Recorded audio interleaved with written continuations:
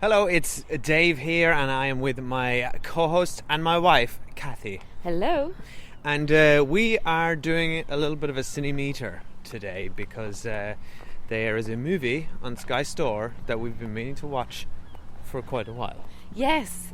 So the movie is Prevenge, written and directed by Alice Lowe. And this is a movie we actually wanted to see months ago. And actually, I just said, no, let's wait till I'm 7 months pregnant, which is what the protagonist of this movie is, because I thought that would be quite fun. And then we've been so busy lately, I think I'm just on the cusp of nearly being 8 months. But we'll take artistic license and just say made it. I'm 7 months. So we're really excited about this movie. Right, so explain what it's about. So it's written, directed by Alice Lowe. It's her first time as a writer-director. And it's a comedy, kind of dark slasher movie. And the premise, all I know really about it is because I've steered clear of trailers and reviews, is that at 7 months pregnant, the protagonist starts murdering people, and apparently the baby is the one she reckons the baby's telling her to do it. And apparently it's quite gory, dark slasher. It sounds like great fun. Yeah. I know her from... Well, I didn't recognise her, but I looked her up, and I know her from Garth Marenghi's Dark Place. She was the lead female character. Okay. Oh, I hadn't realised that. With the terrible blonde wig. That's a great show if anyone hasn't seen it. I think it, by all accounts, is really good. It's at 95% on Rotten Tomatoes. Everyone gave it good reviews. But I'm not much for real gore, so hopefully if it's done in a comedic way, I won't mind it. You're not much of a horror. No, I'm not. But I'm just so impressed that someone would have... And I read that the turnaround was really tight. This isn't something that had been written a long time ago. She pitched it and wrote it all quite late in her pregnancy, and then shot the whole thing in a couple of weeks because of natural time constraints when you're heavily pregnant. So what gave her the idea? Did you read that? Was her baby actually telling her to do things? I don't think so. No. Has our baby told you to do anything? Well, I wouldn't tell you, would I? Yeah. What does it sound like? No. But no, I don't know what drove her to write it. I guess she just had an idea, and it's such a great one. What? Did you say something? So anyway, I'm just so impressed because I can barely go to work and come home and do the occasional podcast, being 7 months pregnant. So yes, which is why we're not going to the cinema. Yeah. Cathy is always tired. Yes. So we are going to sit on the couch. You might be able to tell that we are not sitting on the couch currently because we are doing the next laziest thing, which is walking to the fish and chip shop. Yeah. To be fair, we don't do this very often. We haven't tried fish and chips in our new town yet, and there's quite a nice looking one. So really, we're just testing the waters academically. I'm going to say that to the fish and chips guy. We're just testing the waters here, academically speaking. So yeah, I think that's it. And next time we talk, please. We will be on our couch post-review. Yes, and we will see you then. Hi. I was doing sort of a horror voice there. Did you like that? No. It was sort of a Vincent Price. It wasn't scary. Thing. I hope we get to hear the baby in this, by the way, and we don't just hear her telling us about it. That would be quite funny. Oh, would that be like, that could be borderline kind of silly then, right? Well, the whole thing's a bit silly. Almost. Yeah. How can they tastefully do that? Not tastefully, but how can they do that without it being a complete farce? I don't know. We'll find out. Bye. If the baby's voice is Bruce Willis, best movie ever. It won't be. Okay, bye. We've got to eat the fish and chips now. I'm really sorry about your loss, and I know it's been very difficult for you. And at the end of the day, you've got this force of nature now inside you. Baby knows what to do. Baby will tell you what to do. It's just nature's way. I think nature's a bit of an arse, though, don't you? You're getting better at this. I'm not in control. Don't want to know what's in there. I'm scared of her. I would swap her to have him back. She can't hear you. She can't. She's very articulate. Kill him, or I kill you. All right, so we've just finished Prevenge. We are on the couch. I'm very, very full because those fish and chips were enormous, insanely. We went for the large. We got one portion between us, and we thought we'll get a large because we wanted, enough for the two of us. But I swear that would feed 11 people. Yeah, I took a photo. I'm going to put it on Twitter after we do this episode. So the photo is how much we each had, And then that's accepting the fact that there was at least 4 times more chips than that left in the bag. Yeah, there's a huge... They're still there. Ew. They're kind of haunting me. I feel really sick now. The thought of those chips in there. They were excellent, though. I The felt chips were sick, excellent. I would say, after 2 chips. Okay. That's not very good. I need to remember that my appetite is not what it used to be. So Now- you can take about 2 chips these days, and there were roughly 250 chips Yeah. in that bag. Yes. Anyway, I don't think anyone's listening to us to hear about our local chipper. That's our spin-off It's our spin-off. podcast to the Fish and Chip Mile. Fish and chip mile. But there's only Oh, 2 imagine fish how and chip fat shops we'd in the be. town, so once we've gone to the other one, that's it then. The review's over. Yeah, it's only 2 episode we're just- podcast. No, then we'll do a 3rd episode where we compare the 2. Yeah. Yeah. Anyway, so Prevenge. Oh, Let's yeah. just do like brief thoughts and then we'll go to the spoiler couch. The spoiler couch. Yeah. Did you just coin that? I did, yeah. Oh. So what this do is you only think of our that? second time doing a Cinemetre. So the first time we did Look Who's Talking. Yeah. Now we're doing Prevenge. And All baby related. all baby related. And our next one is going to be 3 Men and a Baby because loads of people have mailed and tweeted us saying they want us to do that, which would be quite fun. I'm looking forward to watching that. I can't wait. So It'll probably be a lot more fun than this movie. Prevenge. Right, my overall feeling very briefly is I really admire her for making it. I think it's really unique and interesting and obviously done with a low budget. And yeah, I think she's a great actress as well. So overall, I really applaud her. In terms of the movie itself, it's very dark. I guess it's like a prenatal depression and psychosis and grief. So they're all very dark themes. Like, I didn't find it particularly funny. And I thought it was very funny. setup was really good. Like, the first act I really liked, but for me it ran out of steam towards the end. Okay, I thought it was very funny, but very, very dark. I agree with you there. Black, like, but the comedy was there. I laughed out loud several times. Yeah, I got a few laughs, but I wouldn't have classed it as a comedy. She's a good comic actress. She's a good comic writer. She's a good emotional and actress she's- too. Yeah, very. She nailed the drama, as you said. I really liked this movie. I thought it was very good. Yeah, it definitely ran out of steam in the middle. I guess we'll talk about a little bit more about that in the spoiler couch. It was a But long 90 minutes. But the end, didn't. This is another kind of movie. Like we talked about this with Chris Hewitt on the My Life as a Courgette. 66 minutes. I don't think I'm ever gonna get over that. No, because That- this 90 minutes, if this had been 75, it would have been such a better movie. Yeah, just tighter. I feel like everyone feels like they need to hit some sort of standard, some 90-minute mark. You're not a movie. Not true, people. Not true, movie makers. You can make a movie that's an hour. It's still a feature, and it would still be good. This movie to would be have. fair though, look, like it was only 90 minutes. It could have been longer. Yeah, but I don't think it was like, you know. that's a minor criticism. I thought it's very original. It's very gory. It's quite suspenseful. I liked how the whole plot played out and unraveled bit by bit. Yeah, I like the story. The exposition was good, and the soundtrack was really interesting. Yeah, the soundtrack was cool. I meant to look up who did that before we started recording. But maybe we'll do I that did later. hear her talking about it actually on soundtracking on our friend Edith Bowman's podcast. Yes. And by friend You I can't mean call we her met our her. friend. We met We- her at the podcast awards. She was very nice, and she wrote a I nice don't- tweet about us. I doubt she refers to us as Oh, her I'm friends. sure she does. Yeah. Oh, have you met my friends Dave and Cathy? Yeah. So actually, I That's had how she listened to talks. her, and I thought it was a That's really not good how she soundtrack. It was like a synth soundtrack. It really reminded me of Humans, the Channel 4 show. Yeah, I feel like synth is getting a bit overdone lately, though. Don't you think? Okay, so we had Aside from Humans, Stranger Things, and then The Guest, which I think is actually the same guys did those 2 soundtracks. Not to criticize those guys, which is both amazing soundtracks, but it feels like horror movies doing synth was a thing in the 80s.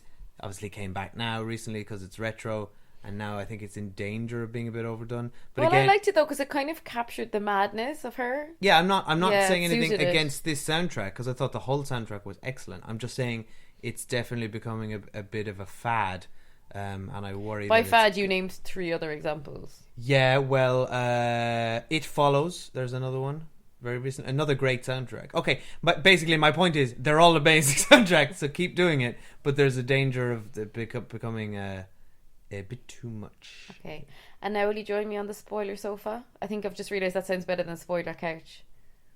Yeah, Spoiler you were sofa. literally hearing this segment Okay. evolve as we go. Do we have to go to the other sofa? No, because I'm not getting up. I So don't like spoiler calling them sofa. sofas. We're not in America. It's the spoiler sofa because it's alliterative. Okay. Spoiler sofa. Actually, this isn't a spoiler, Welcome but to the spoiler welcome to sofa. Spoiler Sofa. Does It it have was- its own theme song? we'll think of one. Spoiler. Spoiler No, sofa. That's not it. One thing that I have to say that it's not a spoiler, but I'm really glad I waited till I was the same amount of pregnant as her to watch it because I thought that was really fun. Is it really immersive? Oh, you It got was really you got a immersive. kick. I was getting a kick when she got a kick at one of the plot points, which Yeah. was quite cool. Oh, we're It on was- spoiler sofa, so you can say what the plot point was. She's at the maternity. She's mainly the midwife, and the midwife. No, Said she was getting it was kicked. when she was lying on the sofa of the guy's apartment, the really nice guy. Oh, the really nice guy that she had to. So let's brutally go back. murder. So in terms of the plot, then, and we're on spoiler sofa now, so no complaints for us spoiling this. I like the way it was a bit of a slow setup before we found out that her partner had died, and then we found out he died from an incident of rope climbing, and then we find out that's why she's killing people, because at the start, the first two people she killed were such like kind of like disgusting sleazes that it could have seemed arbitrary. And then as it went on, we realised there's a motive behind it all. No, I realised there was a motive behind it all when the title came up and it said Prevenge. Okay, I actually hadn't. How disgusting was the DJ? He was Oh. so gross. Oh wait, no, I thought you were referring to what happened to him when he's like, Well, but before what happened to him happened, when he's like, oh, I like fat birds, and then he vomits into his own wig and then starts snogging her. Like, he was outrageous. but he was a caricature of like if you was were to funny. sit down and write the most obnoxious human being, it Which was she did complete deliberately. but it was complete comedy. I Oh thought yeah, he was that was when he it was funny. comically. The first like, two murders were horrible. funny, and then it got weird after that. I mean, he The was first so one wasn't disgusting, and he particularly even said like, "Oh, like I can't wait for my mom to die so I can inherit money off her." I know, but actually, a lot of the characters didn't quite. They felt a bit too much like a caricature, except towards the end. That was intentional though. The people started. But getting a bit more when that fleshed guy's out. balls got cut off, Oh, stop! you were so upset by that. I didn't care at all. I just felt more sick from the smell of fish and chips. I was like, No. please move those fish and chips Cathy, away from me. You don't have testicles. You don't know what it's like to constantly be in fear of them being sliced open Really, by is that your a mad constant person. fear? No, you have a. How often do you think about that happening to you? Okay, no, I was joking. At least once a day? No, Twice but a day? you're very aware times a day? of your testicles as a very like exposed sore point or a weakness. Basically. I didn't even realise. I thought she cut his willy off. Oh, I leapt out of my chair. It was disgusting. But it's the thought of it. Do you know, like even the thought of anything happening to your testicles is like, it's like Okay, it we've makes talked me about your feel testicles enough. Clearly, you're very upset by this. But yeah, I just think for me, it's instinctual. For me, I think overall, I don't think we need to go in death by death. That was like the goriest. And then it was just a sad moment when she met a really nice guy and she ended up killing him because he witnessed. That was really sad because he was really, really nice to her, like exceptionally nice to her, and she killed him and she felt guilty. But she was obviously having like psychotic problems, and like even you, I think it was obvious to me. I don't know if it was obvious to you that she's moved away from where she's supposed to live and is just like staying in a hotel, like planning these murders. Like it's all really strange. How about her book as well? Oh my god, her book with those drawings is so crazy. that did make me laugh actually the first time we saw the drawings. Oh, and we have to discuss the fact that yes, the baby does have a voice that's like, hello mommy. Yeah, I thought it was a bad decision. It was sounded, I actually thought it was, and I even IMDb'd, but it's not her, the woman who does Moaning Myrtle from Harry Potter, because that's what it sounded like. Harry, I'm so scared. Yeah. Mommy murdered them. I thought it was almost too close to comical. It lost a bit of the impact for me because it was just laughably But then it got really bad. scary by the end. I thought the baby's voice, like I was afraid of when it was born what it was going to do, and then it was just this perfectly nice little baby. I liked that though. I liked that that was good that it was just in her own head and then she realised that. Okay, let's talk about the very end there very briefly while we're at that, because what do you think that meant? I thought it was like she finally realised that she was the one who the voice was her. She was working through the grief. She had psychosis, and because before that point, she genuinely thought it was the baby telling her. Like, before I didn't have the baby inside her anymore. And then she's like, oh, that's just a normal baby.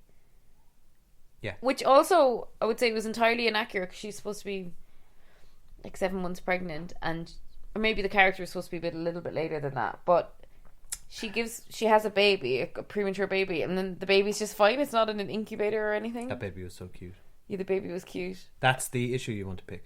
Well, no, I just thought, like, oh, that's a bit inaccurate. We're supposed to be talking about the ending. Oh, sorry. Well, that was pretty much the ending. You just brought up the incubator bit. And then she just leaves the baby, which I thought was quite interesting. She's left. Yeah, she left the baby, but that's deliberate because I think she knows she's not good for the she's baby. an unfit mother, and I think she's gone. I think where we thought it was going, or where I thought it was going, was that she goes to where her partner died. She makes peace with it, lights a little vigil to him, and then you kind of think. I thought she was going to commit suicide. Yeah, I thought maybe she's going to commit suicide, but she sees a sort of his ghost on the cliff, and it sort of seems to imply, oh, she's coming to peace with this. You know, she's also, it's all about the morality of what she's doing. That's what the midwife was saying the whole time. You know, you need to do what's right, not what's wrong. And then she's finally sort of figured it out. She says, I've done some very bad things, and she sees him, and you think, oh, she's made peace with it. She's going to be with him. Either she's going to kill herself, or she's just going to make the right decision. But then it turns out, no, she's just gone to where her last victim was, and then she goes fucking mental, and then it ended. So she does that thing she had been doing earlier on in the movie with her hands up in the air. Spooky. Yeah. So I presume she just went and killed him, and possibly herself. That's how I read it. And she just. I read it that she might have killed him and then just gone on the run, and that's why she left the baby. Oh, maybe because she seems to have unlimited funds if she lives in a hotel and doesn't have a job. But did you think as well? They didn't explicitly say it, but I kind of suspected that maybe her partner cut his own rope. I thought that would have been a good twist. No, except I don't think that happened. But then it would have meant that none of them were evil, and she. Oh right, if he had done it to save them. Yeah, he did it to save them. No, I don't think that's the case. Though. Actually, I think the guy did it, but with the guy's consent. It seemed. I don't know. There seemed to be more to the story that the guy was hinting at. I mean, I thought it was really stupid of wasn't the instructor when she's got her barbaric face makeup on and a knife, and she's like trying to murder him, and he goes, "Oh, by the way, your boyfriend told me he was like about to dump you right before he died." Yeah, did I mention that? Yeah, did I mention that? Why? Yeah, people. There were so many. I know it's a horror movie, but the people made so many stupid decisions, like the woman who she poses as a charity person and kind of breaks into her home, and then she tries to attack her, but she gets away, goes into the living room, and then you think, oh, how's she gonna defend herself? And she puts on boxing gloves. That was, I guess, it was played for laughs. She also wouldn't have realised that the woman had a knife, I guess. But yeah, but even the protagonist said, "What are you doing? That looks really stupid." But actually, we both flagged that was the point of the movie, where this has kind of gone on too long. She was going through her list again, and then you're like, oh, there's more people to kill. I think that whole scene could have been dropped. Didn't really add anything. It was just for comic effect. Yeah, I think that was exactly when I was like, I'm over it.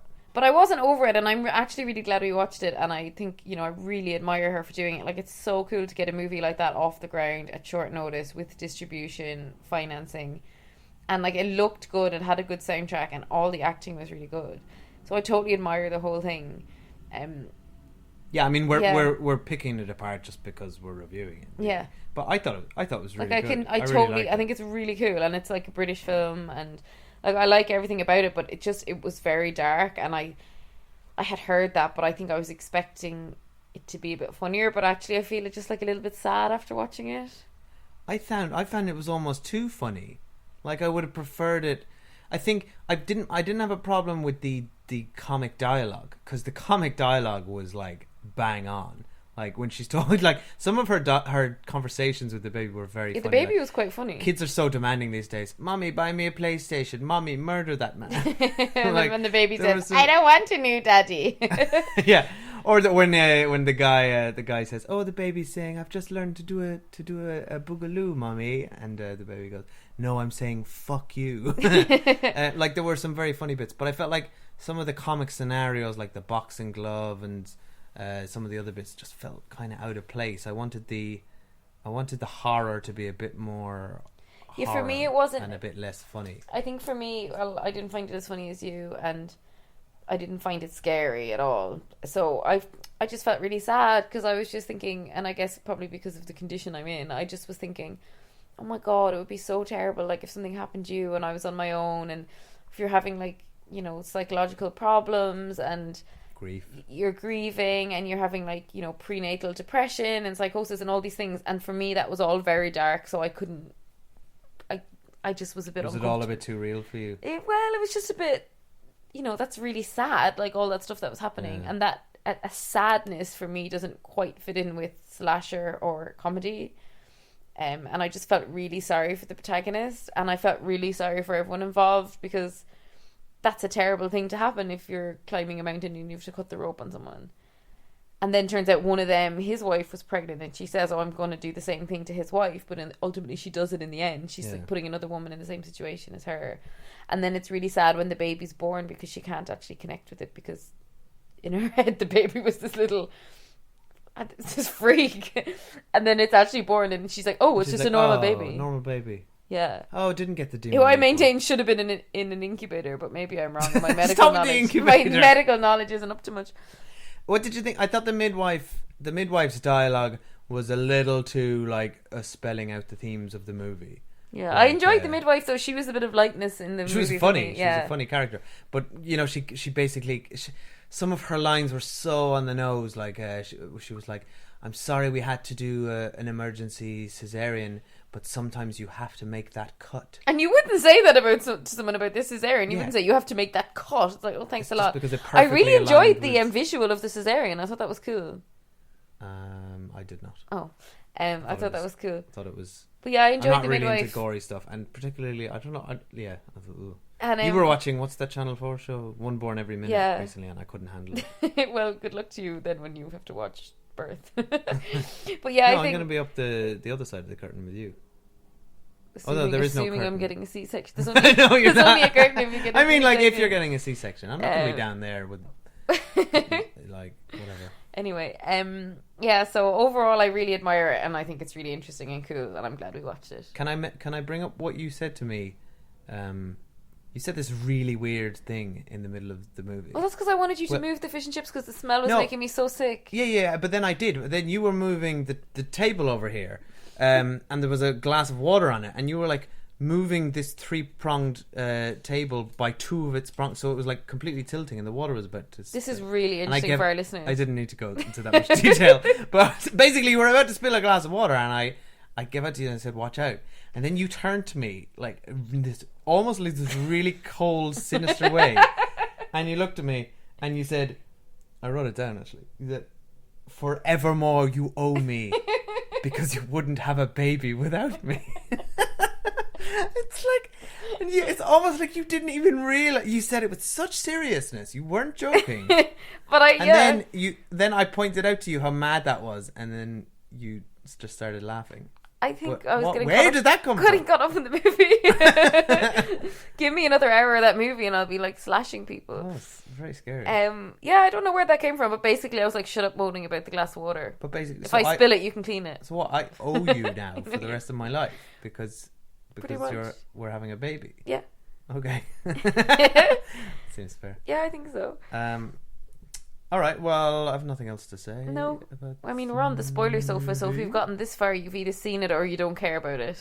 That's one or the other. Yeah, and in which case, you've missed out, because I would recommend this to people. Yeah, and we said we rented it from Sky Store, and then afterwards we realised we'd never actually checked if it was on Netflix for free or not. Oh! Yeah. But anyway, do you know what? I'm actually happy to support the movie and pay a bit of money towards it. So, yes, and big like Alice Lowe, good effort, amazing. I mean, so impressive. I can't believe she wrote, and I just kept thinking, I've never, serious talent. To my knowledge, not ever watched something fictional, but where the leading actress is actually pregnant. Yeah, it was cool. It was like playing a pregnant person. Yeah, really interesting. I just love it. I just thought that was really cool. So yeah, overall, I think great British independent movie. Yeah, totally recommend. All right, well, we will be doing more Cinemeters down the line. Going to do 3 Men and a Baby next. If you have any suggestions for any other baby-related sitting at home movies you'd like us to do. And then, to be fair, going forward, they don't always have to be baby-related. They could just be because we can't get to the cinema. Until we run out of baby movies. because there's probably not that many good ones. So we don't always have to do it this way, and we might do a different one next month. We'll see. Yeah. So let us know what baby related movie. I'm just ignoring what you're saying. Send us baby movie suggestions at on Twitter at the Cinemile. We're on Facebook at the Cinemile, or you can email us the Cinemile at gmail.com. Oh yeah, we always forget to say our Gmail address. Yeah. And we've had a few really nice emails from listeners lately.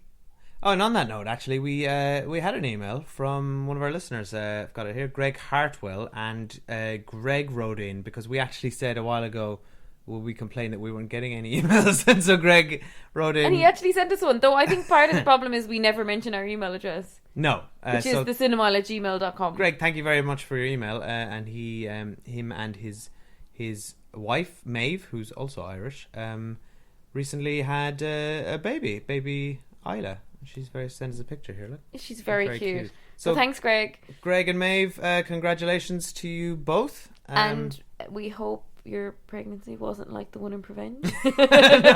No. Yeah, baby Isla. She doesn't look like the kind of a person who'd have a creepy voice. No, she looks much. Although the baby in Prevenge was very cute as well, but Isla's also very cute. So yeah, and also please subscribe to us on iTunes if you don't already, and leave us a review. That would be much appreciated. 5 stars and over. Well, you always do this. And also, what's over? You can't have more than 5 stars. Therefore, they have one option. 5 stars or none. Stop trying to elicit I can elicit whatever I want. reviews. I mean, obviously, we would much prefer a 5-star review. We would. And that really helps We're us. just rambling now because we're on the couch. But please... But actually, no, please just give us a 5-star. Yeah, and let us know what other Cinemetres you would like us to watch. Okay, yeah. Bye. That's what I said already. I know, I've said it again. It's signing off. Bye. Okay, bye. It was completely unnecessary to kill that man. He was really nice. He was a sop. A hipster sop. Sacrifices I've had to make. What sacrifices? Children these days are really spoiled. Like, Mummy, I want a PlayStation. Mummy, I want you to kill that man.